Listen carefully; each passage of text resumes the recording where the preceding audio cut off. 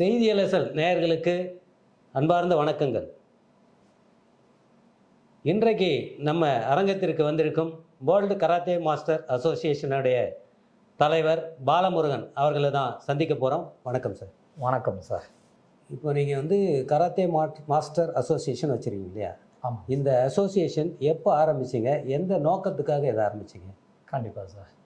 So நாங்கள் இந்த world karate master அசோசியேஷனை 2019 ஆரம்பித்தோம் சார். ஸோ காரணம் என்ன அப்படின்னாக்க, ஒரு கலையை வளர்க்கணும் அப்படின்னாக்கா அந்த கலையை கற்றுக் கொடுக்குற மாஸ்டருங்களுக்கு வந்து ஒரு பரவலான சூழ்நிலை இருக்கணும். ஸோ அவங்களுக்கு வந்து எந்த பிரச்சனைகளும் இல்லாமல் இடையூறுகளும் இல்லாமல் இருந்தால் தான் வந்து அவங்க அந்த கலையை சிறப்பாக கற்றுக் கொடுக்க முடியும். கராத்தேங்கிறது வந்து ஒரு அற்புதமான தற்காப்பு கலை. அது வந்து பார்த்திங்கனாக்கா கற்றுக்கிறவங்களுக்கு நிறைய சுய பாதுகாப்பையும் சுய ஒழுக்கத்தையும் ஆரோக்கியத்தையும் மேம்படுத்துறதுக்கு பெரிய அளவில் வந்து பயனுள்ளதாக இருக்கும். அப்படிங்கிறப்ப இப்போ சீனா, ஜப்பான், அந்த தென்கொரியா, அந்த மாதிரி கிழக்காசிய நாடுகள்லாம் பார்த்திங்கனாக்கா தற்காப்பு கலையை அவங்களோட தினம் ஒரு பாடமாகவே வச்சுருக்காங்க. ஆனால் இந்தியாவில் வந்து பார்த்திங்கன்னா அது போல் இல்லை. ஸோ இந்த கலையை வந்து இன்னும் பரவலாக ஒவ்வொரு இந்திய குடிமக்களுக்கும் கொண்டு போய் வந்து கராத்தே சேர்க்கணும் அப்படின்னாக்கா இந்த கலையை பரவலாக்கணும். அந்த கலையை பரவலாக்கணும்னாக்க அந்த கலையை கற்றுக் கொடுக்குற மாஸ்டருங்களுக்கு வந்து ஒரு சுதந்திரமான சூழ்நிலையை ஏற்படுத்தணுங்கிறதுக்காக தான் 2019 இந்த அசோசியேஷனை உருவாக்கணும். நாங்கள் இப்போ இந்த சங்கத்தை ஆரம்பித்து எத்தனை கேம்ப் நீங்கள் பண்ணியிருக்கீங்க? கண்டிப்பாக ஆக்சுவலாக நாங்கள் வந்து 2019 அசோசியேஷன் ஆரம்பித்தோம். ஆனால் நாங்கள் ஆக்டிவிட்டீஸ்லாம் பார்த்தீங்கன்னாக்கா 2018 பண்ணிகிட்ருக்கோம். இது வரைக்கும் வந்து பார்த்தீங்கன்னாக்கா 2 ஃபாரினர்ஸ் அழைச்சிட்டு வந்து நம்ம இந்திய கராத்தே ஸ்டூடெண்ட்ஸுங்களுக்கு வந்து செமினார்ஸ் கொடுத்துருக்கோம். ஸோ அவங்க எல்லாமே பார்த்தீங்கன்னாக்கா உலக லெவலில் கராத்தேல நல்லா ஃபேமஸானவங்க. அதே போல் நாங்கள் நிறைய செல்ஃப் டிஃபென்ஸ் ட்ரைனிங் வந்து ஸ்கூல்ஸு, காலேஜஸ்ஸு, ஆஃபீஸஸ்க்கு அது போலலாம் வந்து கொடுக்குறோம் செல்ஃப் டிஃபென்ஸ் ட்ரைனிங். அதே போல் கிட்டத்தட்ட ஒரு 4-5 டைம் வந்து டோர்னமெண்ட்ஸ் நடத்தியிருக்கோம்.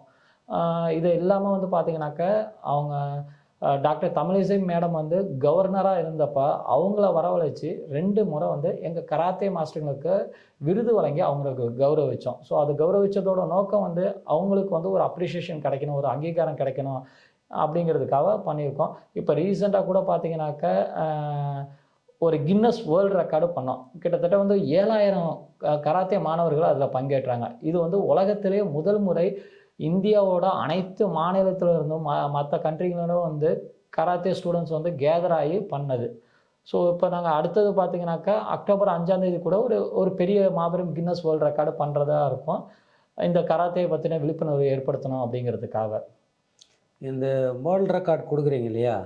அப்போ எவ்வளவு நாள் பயிற்சி அடைஞ்ச மாணவர்களுக்கெல்லாம் அதை நீங்கள் அங்கே வர வைப்பீங்க? கண்டிப்பாக அதில் வந்து குறைஞ்சபட்சம் 1 வருஷமாக தான் அவங்க கராத்தே வந்து கற்றுருக்கணும். அப்போ தான் வந்து அதில் வந்து அவங்க செய்ய முடியும். ஏன்னா இப்போ நாங்கள் பண்ணுறது வந்து பார்த்திங்கனாக்கா கின்னஸோட வேர்ல்டு ரெக்கார்டு. கின்னஸோட வேர்ல்டு ரெக்கார்டு அப்படிங்கிறப்ப கின்னஸ்னாக்கா இன்றைக்கி உலகத்தில் எல்லாருக்குமே தெரியும். ஸோ ஒலிம்பிக் எப்படி ஸ்போர்ட்ஸில் வந்து ஒரு நம்பர் 1, அது போல் வந்து உலக சாதனை அப்படின்னா அது கின்னஸு தான் நம்பர் 1 இருக்காங்க. ஸோ அவங்கள வர வச்சு பண்ணுறப்ப என்ன ஆகுனாக்கா அந்த பையனுக்கு ஒரு ஊக்கம் கிடைக்கும். ஸோ நம்ம நல்லா கற்றுருக்கோம் அப்படிங்கிறப்ப அந்த ஒரு உலக சாதனை பண்ணுற அளவுக்கு நமக்கு திறமை இருக்குது அப்படின்னு நினைக்கிறப்ப அந்த பையனும் ஆட்டோமேட்டிக்காக வந்து அவனோட ஊக்கமும் அவனோட திறமைகளும் அதிகரிக்கும். ஸோ அது மூலிமா வந்து அவனோட சுய வாழ்க்கையில் வந்து மேம்பாடு இருக்கும். அவன் இன்னும் நல்லா ஹெல்த்தியாகவும் வந்து கண்டினியூ பண்ணுறதுக்கு அது யூஸ்ஃபுல்லாக இருக்கும். ஓகே. இப்போ தற்காப்பு கலை சொல்லிக் கொடுக்குற மாஸ்டர்லாம் இருக்காங்க இல்லையா? ஆமாங்க. இப்போ சமீபத்தில் ஒரு செய்தி, அந்த மாஸ்டர் வந்து அந்த பொண்ணுக்கிட்ட வந்து அத்துமீறி தவறாக நடந்துக்கினாரு சொல்லிட்டு இப்போ கேஸ் ஆகிருக்கு. அதை பற்றி நீங்கள் என்ன நினைக்கிறீங்க? கண்டிப்பாங்க. இது வந்து ரொம்ப வன்மையாக நாங்கள் கண்டிக்கிறோம். நாங்கள் என்ன தான் வந்து கராத்தே மாஸ்டர்கள் சங்கமாக இருந்தாலும் இது போட நடவடிக்கையில் எந்த மாஸ்டர் ஈடுபட்டாலும் அவங்கள வன்மையாக கண்டிக்கிறதோடு இல்லாமல் அவங்க மேலே வந்து அரசு சார்பாக வந்து என்ன நடவடிக்கை, காவல்துறை சார்பாக என்ன நடவடிக்கை எடுக்கணுமோ அதுக்கு நாங்கள் முழு ஒத்துழைப்பு கொடுப்போம். ஸோ இப்போ நாளைக்கு காவல்துறைக்கு வந்து அந்த கேஸு வந்து முடிக்கிறதுல சிரமம் இருந்தாலுமே நாங்கள் அவங்களுக்கு முழு ஒத்துழைப்பை கொடுத்து இந்த கேஸு அவங்க தவறு செய்யும் பட்சத்தில் கண்டிப்பாக அவருக்கு மேலே தண்டனை வாங்கி கொடுக்குற அளவுக்கு நாங்கள் வந்து காவல்துறையோட ஒத்துழைச்சி நாங்கள் செய்வோம். இதை தாண்டி வந்து பார்த்திங்கனாக்கா அவங்க என்னமா வந்து எங்கேயுமே வந்து தமிழ்நாட்டில் மட்டும் கிடையாது, இந்தியாவில் எந்த இடத்துலையுமே வந்து அவங்க கராத்தே பயிற்சியே கொடுக்க முடியாத அளவுக்கு எங்கள் சங்கம் சார்பாக வந்து அவங்க மேலே நடவடிக்கை எடுப்போம். இது போல் வந்து ஒரு சிலர் பண்ணுறதுனால வந்து எல்லா மாஸ்டரையும் வந்து தவறுதலாக நினைக்க வேணாம். ஏன்னாக்கா இங்கே வந்து பார்த்தீங்கன்னாக்கா கராத்தே கற்றுக்க வரக்கூடிய அந்த பெண் குழந்தைங்களை தான் குழந்தை போலவும், தான் சகோதரி போலவும், தன்னோட உடன் பிறந்த சகோதரிகள் போலவும், ரொம்ப குடும்பத்தினர் போல வந்து ரொம்ப அக்கறையாக அவங்க பக்கம் கண்ணை கூட திருப்பாமல் சொல்லிக் கொடுக்குற எவ்வளோ உன்னதமான கராத்தே மாஸ்டர்கள்லாம் இருக்காங்க. இந்த கராத்தையை வந்து உயிர்னு நினச்சி அந்த உயிருக்காக வந்து தங்கள் வாழ்க்கையை அர்ப்பணித்த மாஸ்டர்கள்லாம் இருக்காங்க. அதனால் இந்த இது போல் வந்து 1, 2 பேர் செய்கிறதுனால வந்து இந்த ஒட்டுமொத்த கலைக்கும் வந்து களங்கமாகிறத வந்து நாங்கள் ரொம்ப வன்மையாக கண்டிக்கிறோம். அது கண்டிப்பாக கண்டிக்க வேண்டிய விஷயந்தான். கண்டிப்பாக. இருந்தாலும் வந்து ஒரு சில மாஸ்டர் வந்து இந்த தவறு பண்ணுறதுனால தான் இது மாதிரி வந்து ஒட்டுமொத்த அந்த மாஸ்டர்களுக்கும் இந்த கெட்ட பேர் வருது. உண்மைங்க. இப்படி அனுப்பிச்சாக நம்ம பிள்ளைங்களை வந்து தவறாக நடத்திடுவாங்களோ கண்டிப்பாக. என்ற பயம் உருவாயிடுது. அந்த பேட்டி கொடுக்கும்போது கூட பார்த்தீங்க அந்த அம்மா, நாங்கள் வந்து வெளியில் வந்து தற்காப்பு கலையை வந்து கற்றுக்கினா நாளைக்கு வந்து ஒரு இடத்துல ஒரு பெண் மாட்டிக்கினாலோ அங்கேருந்து தப்பிச்சு வருவாங்க. அதுக்காக தான் நாங்கள் வந்து அந்த மாஸ்டர்கிட்ட அனுப்புகிறோம். குருவாக இருக்கிற ஒரு மாஸ்டர் இது மாதிரி வேலையெல்லாம் வந்து பண்ணியிருக்காரு சொல்லிட்டு சொல்லியிருக்காங்க. அது வந்து வன்மையாக கண்டிக்கத்தக்கது தான். இருந்தாலும் நீங்கள் வந்து உங்கள் சங்கத்து மூலயமா இதெல்லாம் விழிப்புணர்வாக கொண்டு போகணும். கண்டிப்பாக. அதேமாரி ஸ்கூலில் படிக்கிற பசங்க சேர்க்கும் போதே கூட விழிப்புணர்வு கொடுத்துட்டு தான் நீங்கள் வந்து உள்ளேயே கிளாஸே அட்டன் பண்ணணும். கண்டிப்பாக. ஃபஸ்ட்டு கிளாஸே வந்து விழிப்புணர்வு கிளாஸ் தான். இது மாதிரிலாம் யாராவது பண்ணாங்கன்னா நீங்கள் உடனே தாய் தந்தையர்கிட்ட சொல்லுங்கள். கண்டிப்பாக. சொன்னால் தான் அவங்களுக்கும் தெரியும். அப்போ தான் இந்த மாஸ்டர் அப்புறம் அவங்க ஏதோ கம்ப்ளைண்ட் பண்ணுவாங்க, இல்லை போய் நேராவது கேட்பாங்க. அந்த பயம் இருக்கும். கண்டிப்பாக. இப்போ இவங்க சொல்லாததுனால அந்த பயமே இல்லாத போயிடுது இல்லையா? உண்மை. துணிஞ்சு தவறு பண்ணுறாங்க. அதெல்லாம் வந்து நீங்கள் வந்து இதை அடுத்த கட்ட நடவடிக்கையாக ஸ்கூலில் போயிட்டு உங்கள் சங்கத்து மூலயமா இதை விழிப்புணர்வு ஏற்படுத்திங்களா? கண்டிப்பாங்க. இப்போ நீங்கள் சொல்கிறது ஒரு நல்ல ஐடியா. நீங்கள் இப்போ சொல்கிறப்ப எனக்கு ஒரு எண்ணம் தோணுச்சு. ஸோ எனக்கு ஸ்கூல்ஸ் வந்து எப்பயுமே ஸ்டார்ட் ஆகிறப்ப எல்லாருமே வந்து லேபிள் வாங்குவாங்க. ஸோ அந்த லேபிளில் அந்த பெண் குழந்தைகள் பாதுகாப்புக்காக வந்து அரசு வந்து ஒரு contact number, toll free number வச்சுருக்காங்க. அது போட்டு எங்கள் சங்க சார்பாகவே வந்து லேபிள் அடித்து தமிழ்நாடு முழுக்க வந்து வர அகாடமிக் இயரில் கொடுக்கலான்ட்டு நாங்கள் இப்போ நீங்கள் சொன்னதுனால அந்த ஐடியா தோணுது. ஸோ இது ஒரு வகையான விழிப்புணர்வு செய்கிறோம். இதை இல்லாமல் இன்னமும் வந்து எங்கள் மாஸ்டர்ஸுங்க ஒவ்வொருத்தவங்களும் வந்து கிளாஸ் ஸ்டார்ட் பண்ணுறப்போ இன்றைக்கி போய் அவங்க கிளாஸ் தொடங்குறாங்கனாக்கா முதல்ல இந்த விழிப்புணர்வை சொல்லிவிட்டு அதுக்கப்புறம் தொடங்க சொல்லுவோம். அப்படிங்கிறப்ப யாரும் அங்கே தப்பும் செய்ய மாட்டாங்க.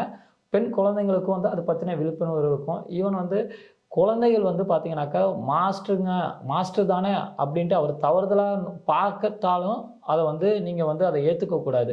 கண்டிப்பாக வந்து உங்கள் தாய் தந்தையினரிடம் சொல்லணும். ஏன்னாக்கா உங்கள் பேரண்ட்ஸ் என்ன சொல்கிறது, அவங்க தான் உங்களுக்கு இந்த உலகத்தில் மிக முக்கியமான ஆட்கள். ஸோ உங்களால் டீச்சர்ஸ்கிட்ட சொல்ல முடியல, டீச்சர்ஸ் ஏதாவது தப்பாக நினைப்பாங்க, மற்றவங்க யாராவது தப்பாக நினைப்பாங்கன்னா கூட பரவாயில்ல.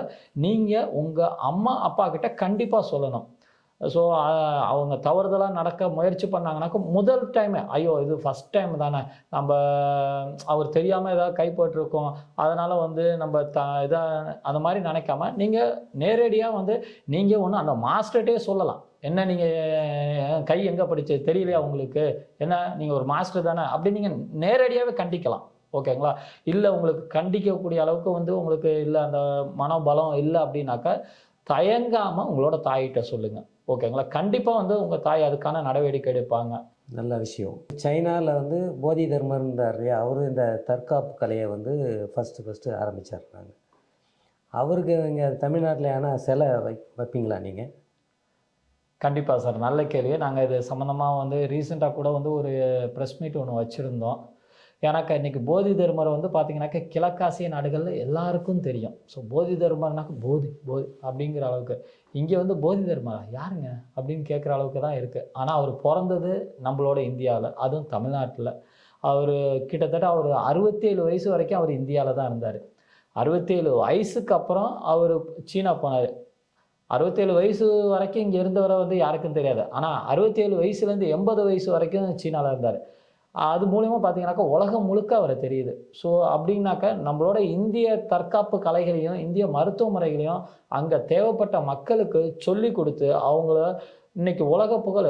சைனா வந்து பார்த்திங்கன்னு வச்சுக்கலாம், இந்தியாவோட கிட்டத்தட்ட 3 மடங்கு பெரிய நாடு. ஜப்பான்னு பார்த்திங்கன்னா இந்தியாவோட கிட்டத்தட்ட 8 மடங்கு சின்ன நாடு. ஆனால் அவங்கெல்லாம் பார்த்திங்கன்னா இன்றைக்கி பொருளாதாரத்திலையும் அவங்களோட வளர்ச்சியும் பார்த்திங்கன்னா ரொம்ப அபிவிருத்தமாக இருக்குது. ஸோ அதுக்கு மூல காரணம் என்னன்னாக்கா போதி தர்மர் சொல்லி கொடுத்த தற்காப்பு கலை தான். எல்லாரும் கேட்பாங்க, எப்படிங்க இதுக்கும் அதுக்கு என்னங்க சம்மந்தம்னு. இப்போ நான் வந்து ஒரு இடத்த வந்து ஒரு வேலையை சிறப்பாக செய்யணும் அப்படின்னா எனக்கு தைரியமும் தன்னம்பிக்கையும் இருந்தால் தான் வந்து அதை என்னால் செய்ய முடியும். இந்த தைரியமும் தன்னம்பிக்கையும் கராத்தே கற்றுக்கிற ஒவ்வொருத்தவங்களுக்கும் வரும். தற்காப்பு கலை கற்றுக்கிற ஒவ்வொருத்தவங்களுக்கும் தன்னம்பிக்கையும் தைரியமும் வந்து அது அந்த கலையோடு சேர்ந்து வந்துடும். அப்படிங்கிறப்போ ஒரு தைரியமும் தன்னம்பிக்கையும் இருக்குனாக்கா அவனால் எப்பேற்பட்ட வேலைகளும் ஈடுபட்டு அவனை வெற்றி இது பண்ண முடியும். ஈவன் பார்த்தீங்கன்னு வச்சிங்களேன், கராத்தே நாங்கள் சண்டை போடுறப்பெல்லாம் பார்த்தீங்கன்னாக்கா அடிப்படும், எங்கேயாவது அடிப்பட்டு கீழே விழுகிற மாதிரி சூழ்நிலை வரும். அப்போ ரெஃப்ரி கேட்பாங்க, என்ன எழுந்திரிச்சு பண்ணுறியால போறியா அப்படின்னு கேட்பாங்க. நாங்கள் வலியை பொருட்படுத்தாமல் நின்று சண்டை போடுறோம் அப்படின்னு சொல்லுவோம். அப்படிங்கிறப்ப விடாமுயற்சி. ஸோ அவன் ஒவ்வொரு கராத்தையிலையும் வந்து பார்த்தீங்கன்னாக்கா ஒவ்வொரு கட்டத்துலேயும் அவனுக்கு விடாமுயற்சி, தன்னம்பிக்கை, தைரியம்லாம் இருக்கிறப்ப அவன் வாழ்க்கையில் எப்பேற்பட்ட சூழ்நிலை அவனுக்கு வந்தாலும் அதை கடந்து வந்து அவன் ஒரு அற்புதமான வாழ்வை பெறுவான். அதுதான் வந்து அவர் அங்கே வந்து சொல்லி கொடுத்தாரு. அதை வச்சு இன்னைக்கு கிழக்காசிய நாடுகள்லாம் ரொம்ப அற்புதமாக இருக்காங்க. இதே இதை வந்து நம்ம இந்தியா முழுக்க பரவ செய்யணும். அதுக்கு அரசாங்கம் அவருக்கு ஒரு சிலையை அமைச்சு, குஜராத்தில் எப்படி சர்தார் வல்லபாய் பட்டேலுக்கு சிலை அமைச்சிருக்காங்களோ, கன்னியாகுமரியில் வந்து திருவள்ளுவருக்கு சிலை அமைச்சிருக்காங்களோ, அதுபோல் நம்ம போதிதர்மர் பிறந்த காஞ்சிபுரம் மண்ணில் அவருக்கு ஒரு மாபெரும் சிலையை அமைச்சு அவரோட புகழ் உலகம் முழுக்க பரவறதுக்கு நம்ம இந்திய அரசாங்கம் வந்து தமிழக அரசாங்கமும் அதுக்கு உதவி செய்யணும்னு கேட்டுக்கிறோம். நன்றி sir. Thank you so much sir. நன்றி. இவ்வளவு நேரம் ஒதுக்கி எங்களுடைய அரங்கத்துக்கு வந்து உங்களுடைய கருத்துக்களை பதிவு செய்தமைக்கு நன்றி. வணக்கம். ரொம்ப நன்றி சார். தேங்க்யூ ஸோ மச் இந்த ஆப்பர்ச்சுனிட்டியை கொடுத்ததுக்கு. நான் உங்களோட யூடியூப் சேனல்ஸ்லாம் நிறையா பார்த்தோம். நிறையா இது போல் வந்து மக்களுக்கு விழிப்புணர்வு ஏற்படுற மாதிரி செய்திகள்லாம் நீங்கள் தொடர்ந்து உங்களோட யூடியூப்லையும் உங்களோட வெப்சைட்ஸ்லையும் இது பண்ணுறீங்க.